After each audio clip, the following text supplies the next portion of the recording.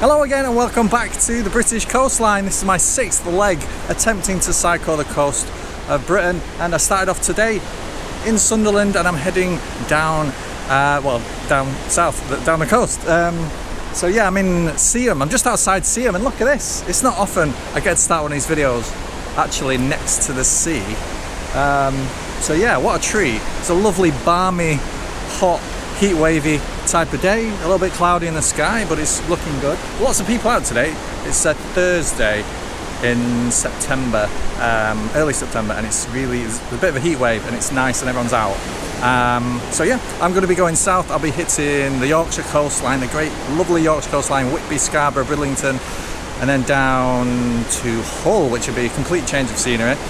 And yes, thus onwards into Lincolnshire. But first I've got to navigate Middlesbrough. So today I'll be coming into Middlesbrough.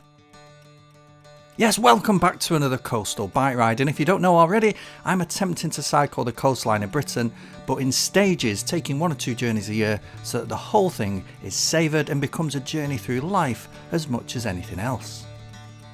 Now, last time I journeyed down the west coast of Scotland from Aberdeen and through the battleground coast of northwest England, ending in Sunderland. So this time I'm picking up my journey there and taking on the beautiful Yorkshire coastline, aiming for the bottom end of Lincolnshire if possible. Now that's a distance of about 301 miles in about 5 days.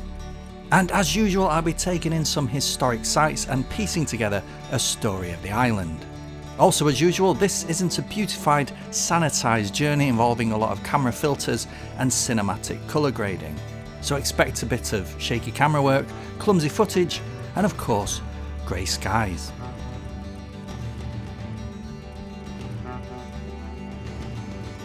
Now, not far down the road from where I started this video, I came to one of the big highlights for me on this leg of the journey, the massive and impressive Middlesbrough Transporter Bridge. Opened in 1911, the Tees Transporter Bridge is a true engineering marvel. Like many northern port towns, Middlesbrough experienced a rapid growth spurt thanks to coal, iron, steel and ships. And the River Tees was its highway to the world. The Transporter Bridge provided a road link across this section of the river using a gondola. Only a handful of these types of bridges were ever built around the world, and this is one of only 4 left in the UK. It's been closed since 2019, but there are plans to reopen it, though nothing concrete. This is a shame because I was hoping it would provide me with a shortcut across the river mouth here. Instead, I had to push on inland to the next bridge. This turned out to be an annoying detour as Middlesbrough isn't exactly cycle friendly, something you can even tell from space.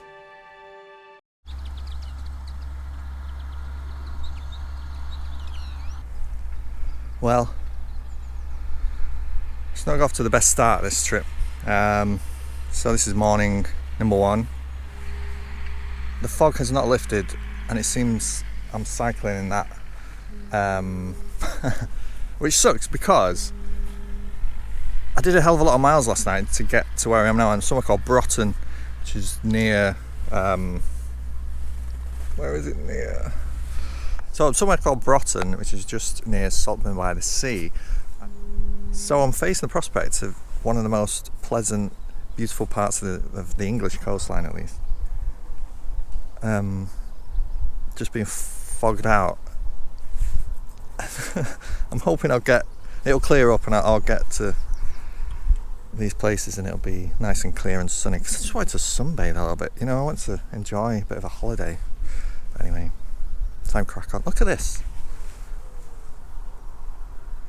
There's a foghorn going off somewhere as well in the background. Yep, it seems while the rest of the country was enjoying a scorching heatwave that had been going on for days, the North Yorkshire coast was smothered in the thickest fog I'd ever seen.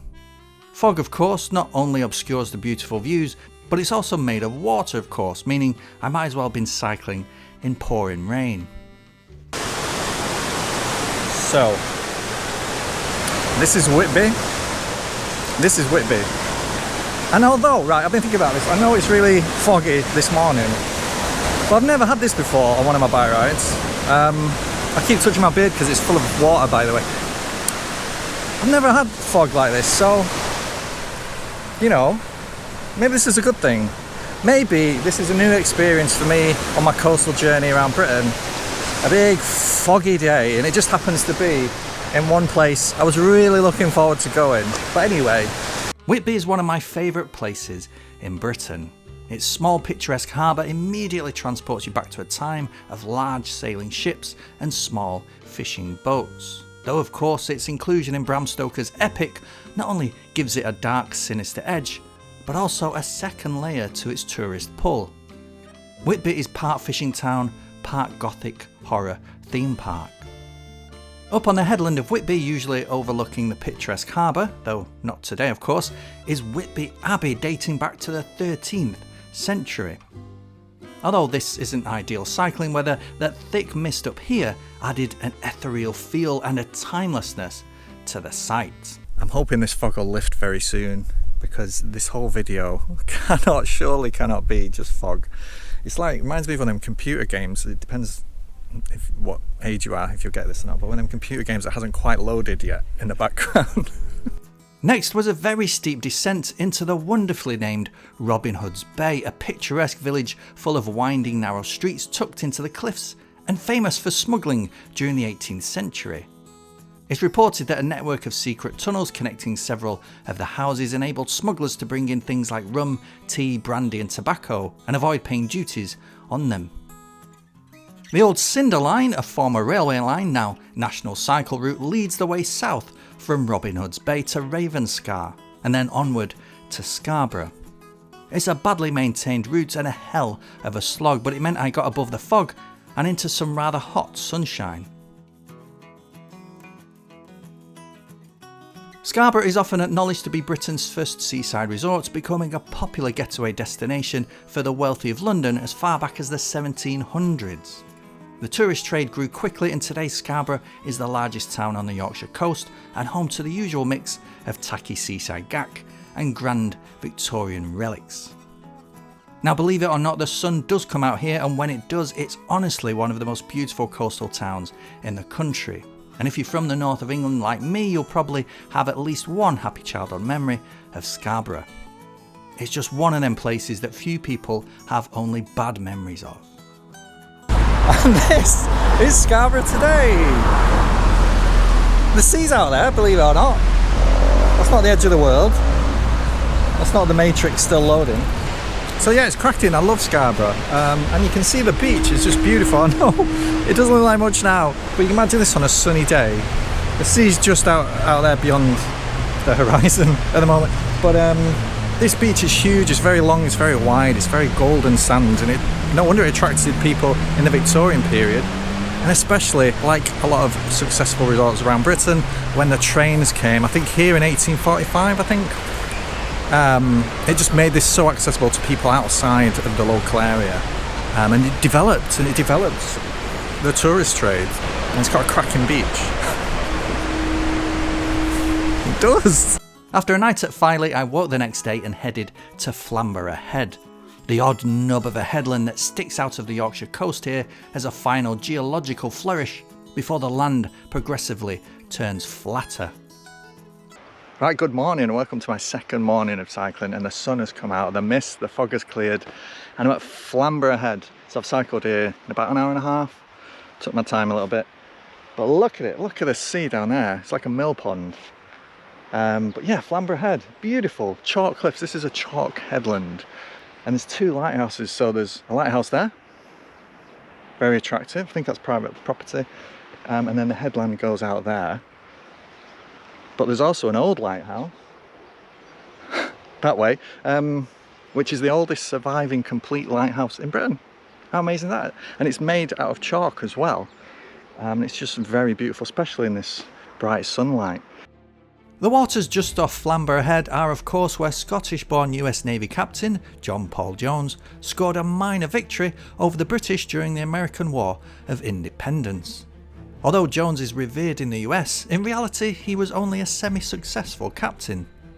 During his attempt to bring the war to British waters, he failed in a surprise attack on Whitehaven over on the west coast and spent a while bobbing around attacking ships here and there, and was otherwise quite ineffectual.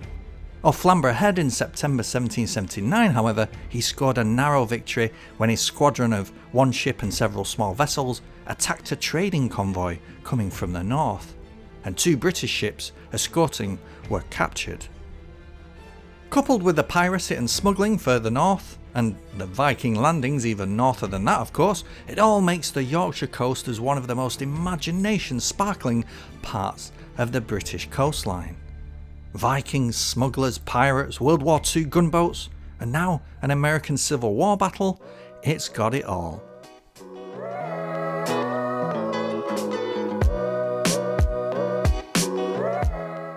There was a lot of pressure on Bridlington to make up for the fog ruining Whitby and Scarborough yesterday, and thankfully it did pretty well. But I couldn't linger for too long. It was time for me to say goodbye to the seaside resorts and the flat promenades and head into the rolling countryside once again. Right, so I didn't plan very many things about this trip. It was all kind of freestyling, except this point here where my bike is. This point is very important. This is exactly the same latitude as Blackpool Tower, somewhere over there. And look at this, I'm in the middle of nowhere. I'm just south of somewhere called Alborough, still in East Yorkshire. There's nothing going on, there's nothing, there's just fields of mud, look. Fields of mud. But it's the exact same latitude as Blackpool Tower, where I started this entire journey many years ago. Which means that everything I do from now on, everything I cycle from now on, is going to be more south than Blackpool Tower. So the journey around the coast now becomes a southern journey, which is quite a landmark. So anyway, you can see it's quite a busy B road. What a landmark, what a place. This telegraph pole can be the new Blackpool Tower.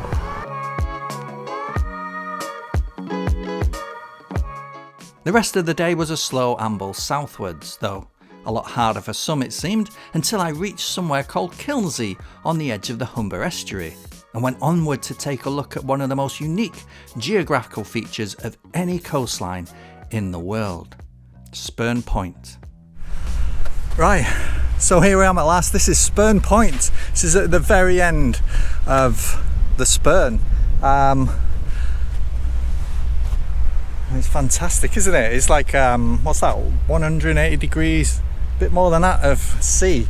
So that is the Humber estuary. So the Spurn is this fantastically unique feature of the British coastline. It sticks out like 2 or 3 miles into the Humber estuary. This spit of land made up mostly of sand. And that is the Humber estuary over there. So that is looking inland, believe it or not. And you can't even see the other side.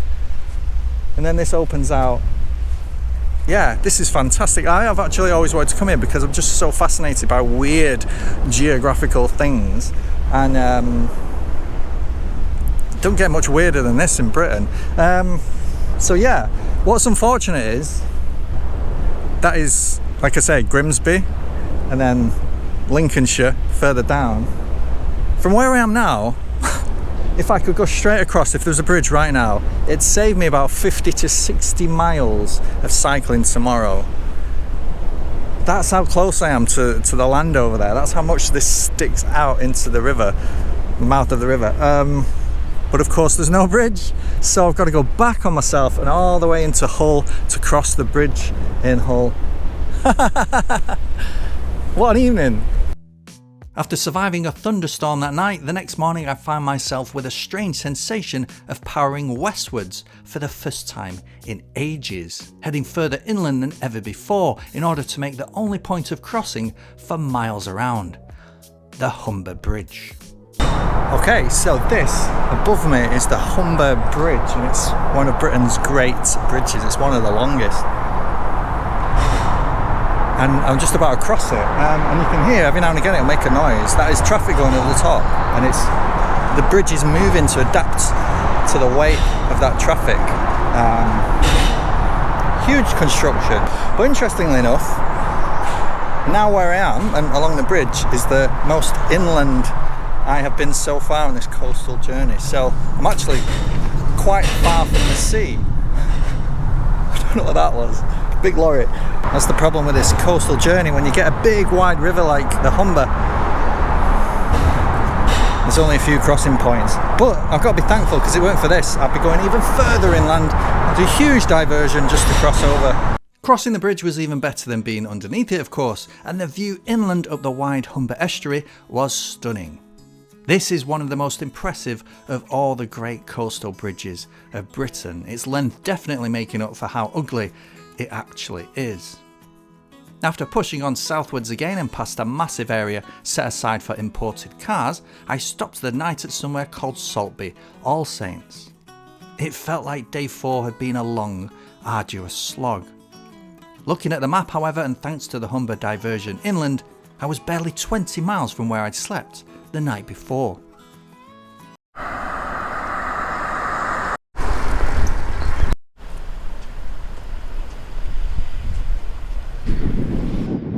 Morning number 4, and yeah, so you know how this leg of the trip was supposed to be about seasides and seaside resorts and basking in this sunshine of a heat wave in early September, and it's not been because of fog and thunderstorms. Well, this morning I think I finally found what I've been looking for, what I've just been yearning for this entire time. And it's not at Whitby or Scarborough or Cleethorpes or any of these other resort towns I thought it'd be in, but somewhere called Mablethorpe in Lincolnshire, about 10 to 15 miles north of Skegness. So beautiful morning, beautiful beach, and it's about 8 o'clock in the morning.